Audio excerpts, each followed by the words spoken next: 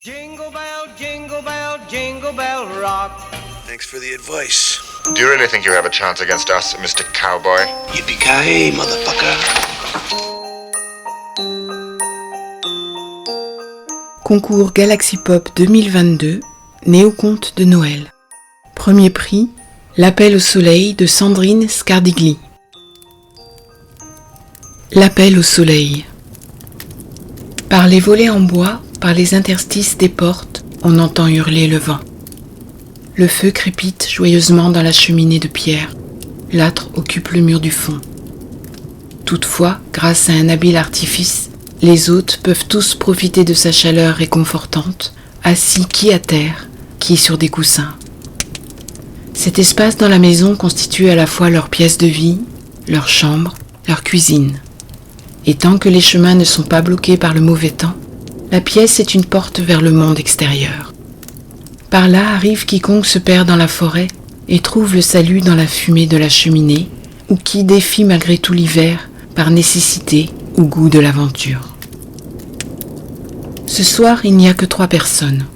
Lucifora est installée sur une banquette souple recouverte de peau de bête, tandis que ses 2 enfants, ses jumeaux, ses merveilles, l'écoutent raconter des histoires qui leur réchauffent le cœur et font briller leur regard de joie pure.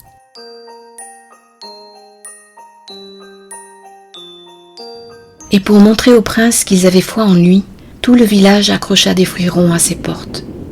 De cette manière, il lui donnait de la force pour accomplir sa quête et ramener le soleil qu'on avait perdu.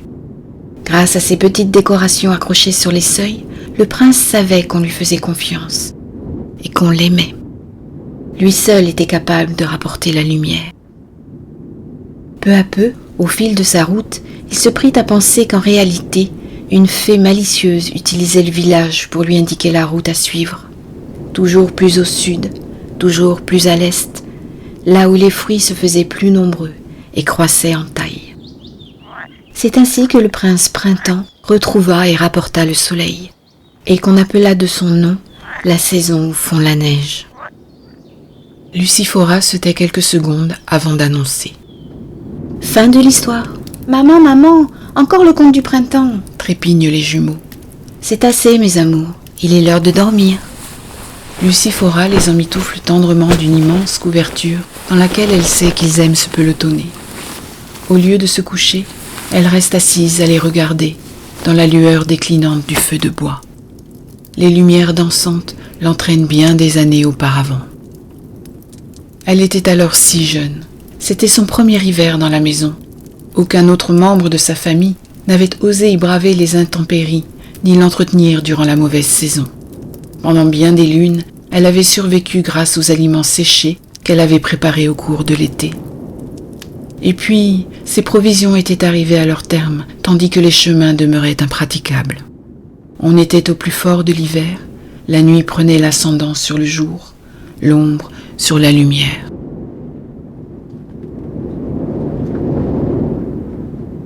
Cette veillée-là, elle était assise devant le feu, à la même place exactement que là où dorment ce soir ses enfants, lorsque des coups discrets retentirent à la porte.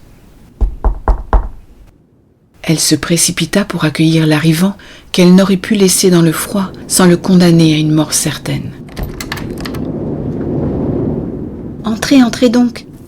dit-elle avec empressement à l'homme enveloppé dans une immense cape grise.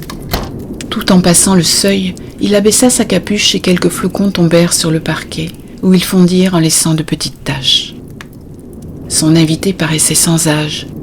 À peine plus grand, de longs cheveux noirs un peu emmêlés, un regard noir aussi, bordé de longs cils que toute femme soucieuse de son apparence aurait jalousé. Lucifora s'y noya un instant, avant de se souvenir de son rôle de maîtresse de maison. « Installez-vous ici près du feu. C'est hélas tout ce que je peux vous offrir. Mes provisions sont épuisées, » ajouta-t-elle en baissant les yeux. À ce moment, l'hôte se débarrassa de sa cape, puis la posa à plat devant le feu. Ceci fait, il lui fit face et se présenta. « Merci beaucoup. Je m'appelle Temnos. » Quel nom étrange, pensa Lucifora.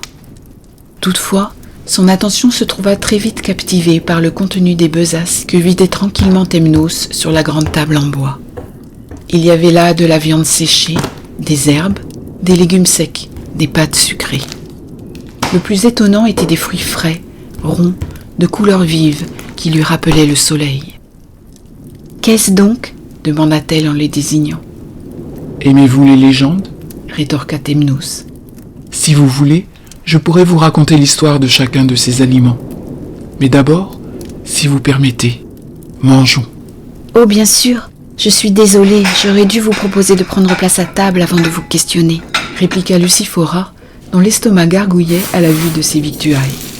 Elle se précipita pour faire bouillir de l'eau en vue d'une infusion, puis revint s'asseoir à ses côtés.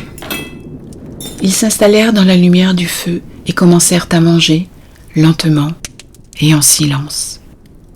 Lorsque les couleurs revinrent aux joues de Lucifora, Temnos estima qu'il pouvait prendre la parole. Il lui narra alors comment les premiers chasseurs de viande avaient découvert le secret pour la sécher et la conserver tout l'hiver. À la fin de son récit, il demanda la permission de se reposer de son voyage et s'endormit, la tête sur la table où ils avaient dîné, sans même prendre le temps de s'allonger. Il dormit jusqu'au matin. Lucifora n'avait pas osé le réveiller. Elle s'était contentée de lui déposer des couvertures sur les épaules et d'essayer de l'allonger sur le banc où ils étaient assis. Puis elle s'était couchée à son tour et le sommeil l'avait emportée, tandis qu'elle rêvait à la douce voix de son invité inattendu, dont elle ne savait que le nom. Le lendemain vit l'apparition timide du soleil à travers la brume, tandis que les deux jeunes gens faisaient connaissance. « Vous ne m'avez pas dit pour les fruits ronds », lui rappela-t-elle tandis que le soleil plongeait à l'ouest. « Non, mais chaque aliment a son histoire, et chaque histoire doit être dite, en son temps, » répliqua Temnos en souriant. Ce soir-là, ces mots firent naître en Lucifora des myriades d'images de collines verdoyantes et de parfums des herbes que l'on découpe et que l'on arrache. Le lendemain, Temnos était encore là et l'aidait à tirer l'eau du puits. Tandis qu'il marchait devant elle en portant des seaux, Lucifora se dit qu'il serait doux d'avoir un homme ainsi avec elle, en permanence. Comme s'il l'avait entendu, Temnos se retourna, lui sourit et lui répéta « Chaque chose en son temps. » Le temps en effet passa. Tous les matins, ils allaient chercher de l'eau. Tous les soirs, Temnos racontait une histoire à Lucifora. Et tous les après-midi, elle lui demandait celle des fruits ronds. Jusqu'au moment où ils furent les derniers, dont Temnos n'avait rien dit. Temnos et Lucifora étaient attablés face à la cheminée, côte à côte. C'était leur routine, un rituel. Que les habitudes, les dépendances se créent vite. Temnos se saisit délicatement de deux de ces fruits étranges et en présenta un à Lucifora en le tenant du bout des doigts. Puis il se mit à lui raconter. « Ce sont les enfants du soleil. Si on voyage en suivant les arbres qui les portent, on arrive au cœur du pays des sables. Dans nos hivers trop longs, on pourrait penser qu'ils nous apportent le réconfort dont on a besoin pour garder espoir jusqu'au printemps. Mais pas seulement. Ces fruits, en réalité, nous servent à faire revenir la belle saison. Au plus fort du froid, au cours de la nuit du solstice d'hiver, il faut les accrocher dans ta maison. Ils rappelleront à la lumière qu'elle doit apparaître aussi. Ils ne se fanent pas et gardent en mémoire les beaux jours, le soleil, l'amour. Avant que les marchands nomades ne les apportent ici, ton pays vivait dans un froid éternel et ne connaissait que la beauté des choses glaciales. Regarde combien celui-ci est parfait. » Tout en parlant, il se saisit avec délicatesse du poignet de Lucifora, dont les joues s'empourprèrent à ce contact qu'elle attendait depuis son premier soir. « Touche-le, éprouve sa peau, » lui expliqua-t-il tout en guidant la main de la jeune fille sur le fruit, de façon à ce qu'elle frôle l'écorce odorante piquée d'innombrables petits trous. Sous ses doigts, la jeune femme en éprouva le velouté. « Ce fruit se révèle à tous les sens, » continua Temnos. « Par le toucher d'abord. Tiens, caresse-le ainsi, lentement. Ne te presse pas. Ensuite, tu peux le découvrir en lui enlevant sa robe. Combien son parfum est enivrant. Un jardin en été. » Tout en parlant, Thémnos ôtait l'enveloppe orange, douce et blanche à l'intérieur. Délicatement, il détacha un des quartiers du fruit et le porta à sa bouche. Luciphora se sentit rougir comme une pivoine. Il faisait très chaud devant l'âtre. Où était son corps qui était en feu? Depuis des jours, elle respirait le parfum fleuri de son hôte. Des nuits entières, elle avait lutté pour ne pas le regarder dormir. Et ce soir, tandis que les doigts de cet homme envoûtant découvraient la douceur du fruit du soleil, tandis que ses propres mains déshabillaient l'orange, son imagination s'enflammait. Elle leva les yeux vers Thémnos, qui la regardait avec tendresse et peut-être gourmandise. Leurs lèvres se trouvèrent. Des oranges roulèrent sous la table. Peu à peu, des vêtements tombèrent et les recouvrirent. Tandis que la bûche craquait dans la cheminée, des soupirs l'accompagnaient. Le printemps avait retrouvé la lumière. Au lever du jour, la neige fondait, les premiers bourgeons pointaient.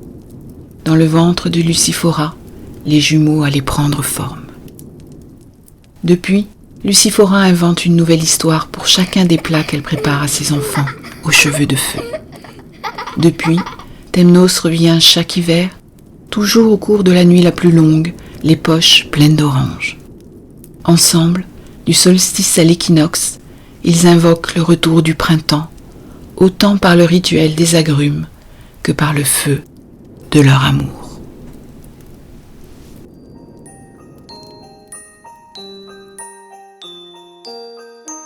Galaxy Pop, Galaxy Pop, Galaxy Pop, Galaxy Pop. Wow. Galaxy Pop. Dancing and prancing in Jingle Bell Square.